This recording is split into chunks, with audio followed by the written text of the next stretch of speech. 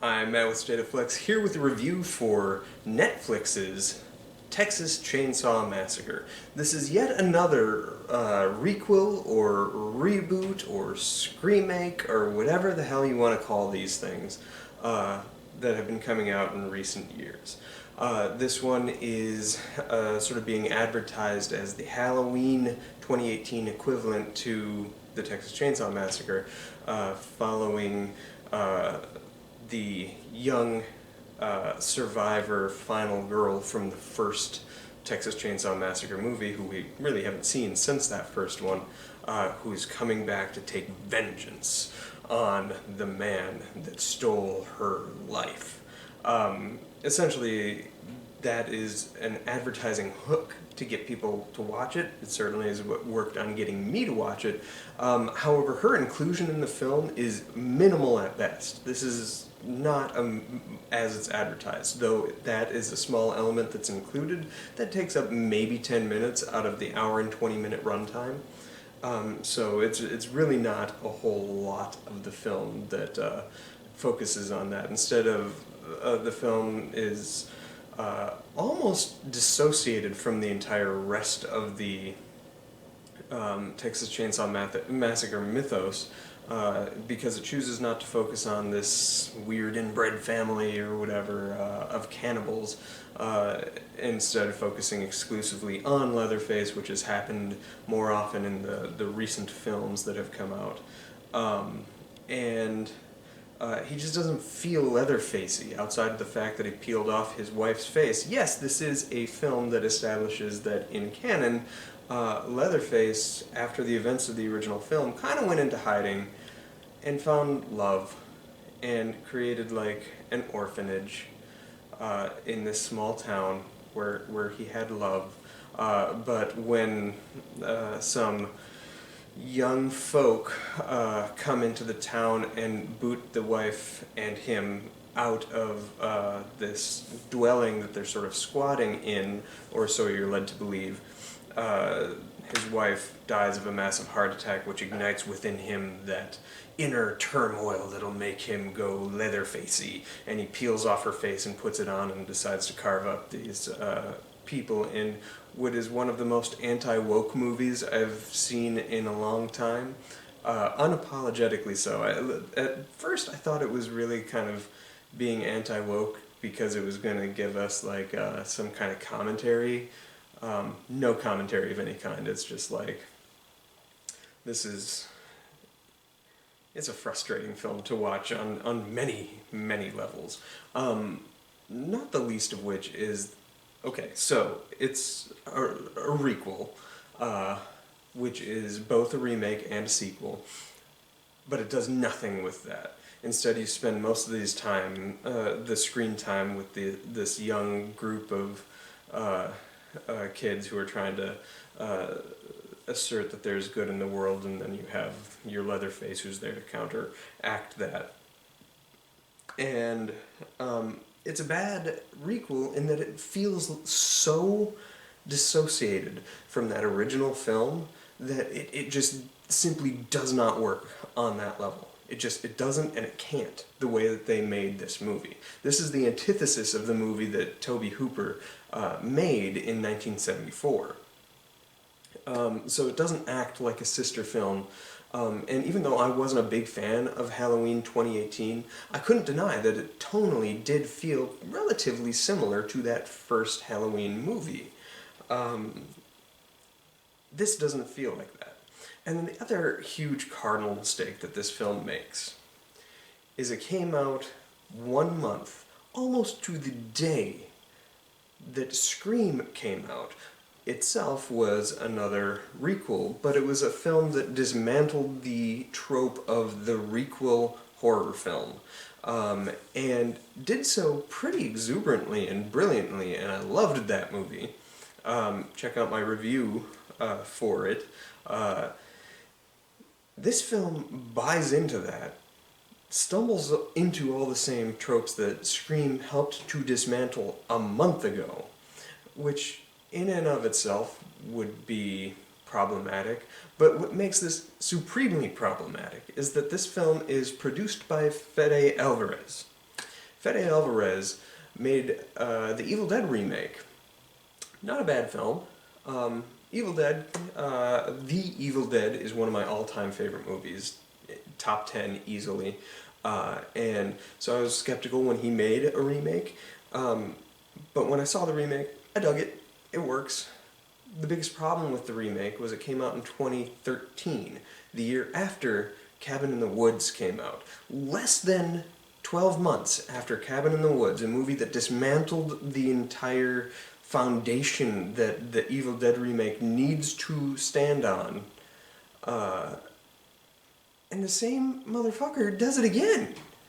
But this time, instead of waiting 12 months to try to rebuild upon the foundation that's just been brought down to its bare bones, this one comes out a month afterwards.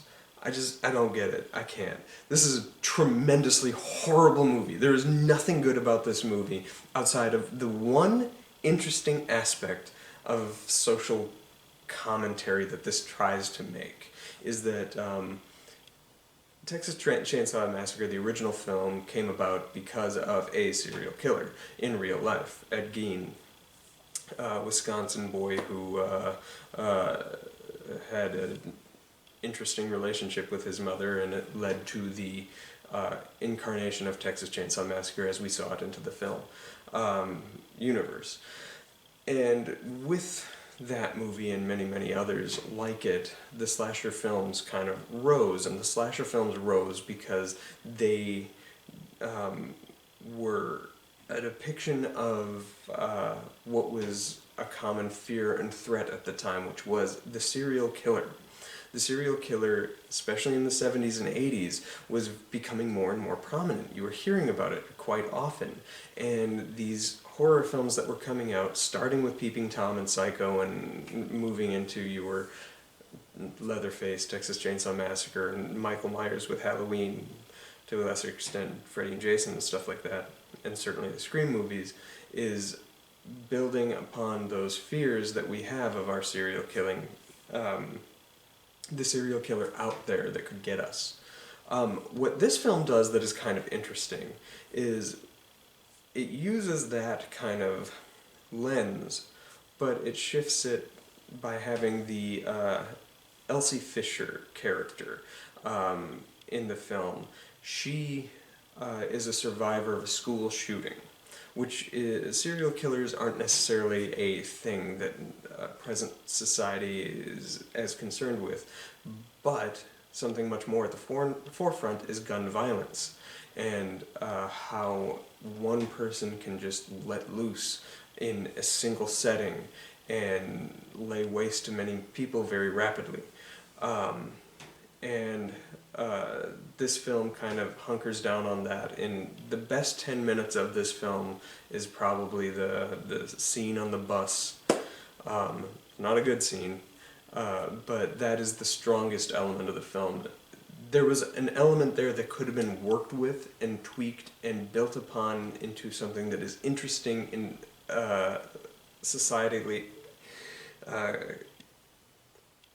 societal commentary, but the movie is so ignorant of what it's trying to say that I don't even think that it really recognizes it had such a brilliant idea built into the fabric of the film that they went nowhere with, which is disappointing. And I encourage a stronger filmmaker or filmmakers to utilize that same concept and make a much better film. Okay.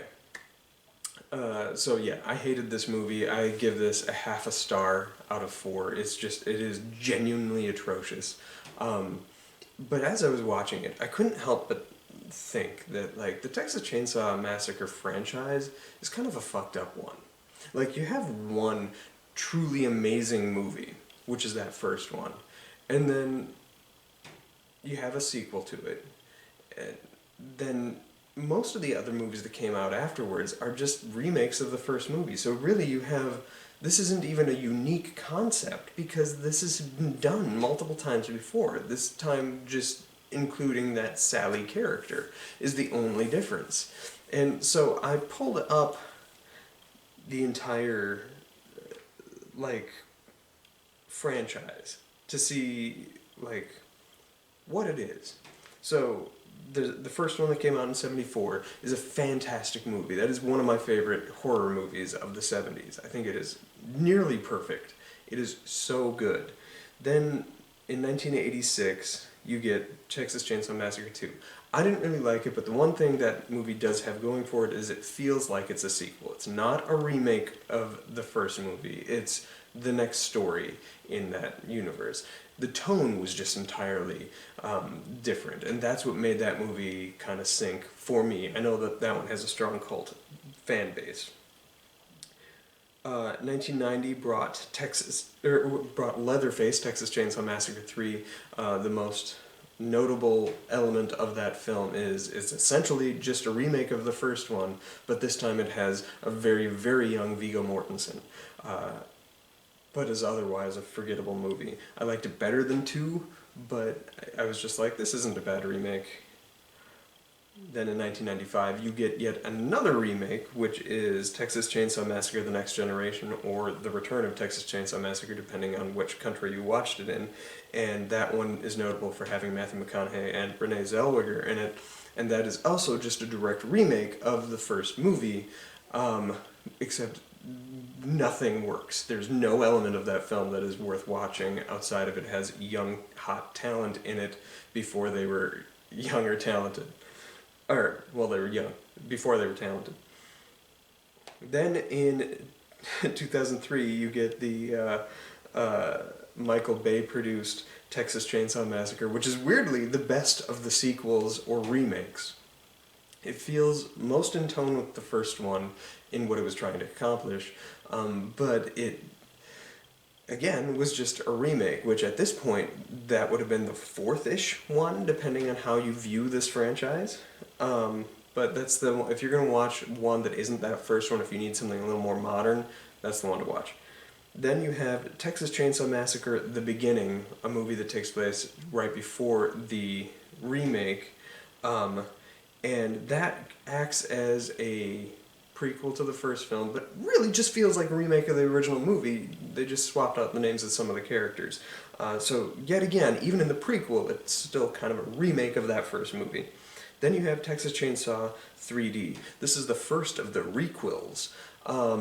This one, I believe they brought in the original actor who played Leatherface to sort of act as a sequel to it. That one is notable for being done by Adam Marcus, who is famous for making Jason Goes to Hell: The Final Friday. Your reception to this film, or that film, is going to be a reception towards this film. He does some tweaking of the mythology, and you either go with it or you don't. I don't think that movie's particularly bad. I think it's better than most of the other installments. It's also notable for, I believe that's the one that had Alexandra Daddario and the actress from Malcolm in the Middle and Lost. But it's still not particularly great. Then the one that I missed was Leatherface, just simply titled Leatherface. Second film in the franchise to just be titled Leatherface. But my understanding is that is also kind of a requel. It's essentially a remake of the first one, but follows Leatherface after the events of the very first movie, forgetting everything that came before. And then you have this film, which is a requel that pits Sally against Leatherface once more. This franchise is dead. It's just been digging the same hole, but not puncturing any further into the land since that first movie.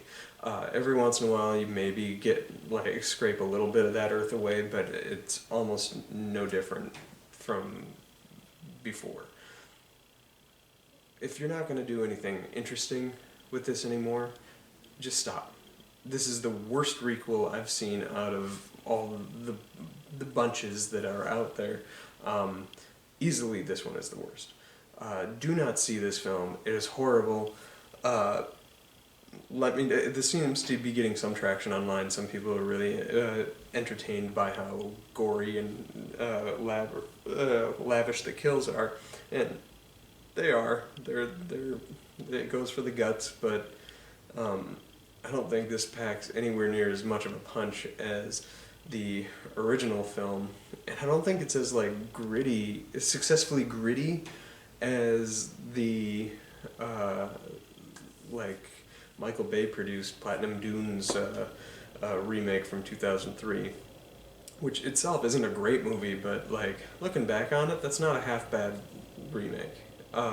Especially with everything that's come afterwards. Also, the fact that this loses the element of the family really hurts this film. So, Leatherface was just an aspect, a component of that first film that was scary. It was the other family members that also made it truly haunting, the grandfather especially. So yeah, this is horrible. Half star, don't see it. Let me know if you liked it in the comments below. Tell me how I'm right and or wrong. I assume I'm right. You're probably gonna be like, no bro, you suck. And I'll be like, I'll take it. Thanks for watching. Peace.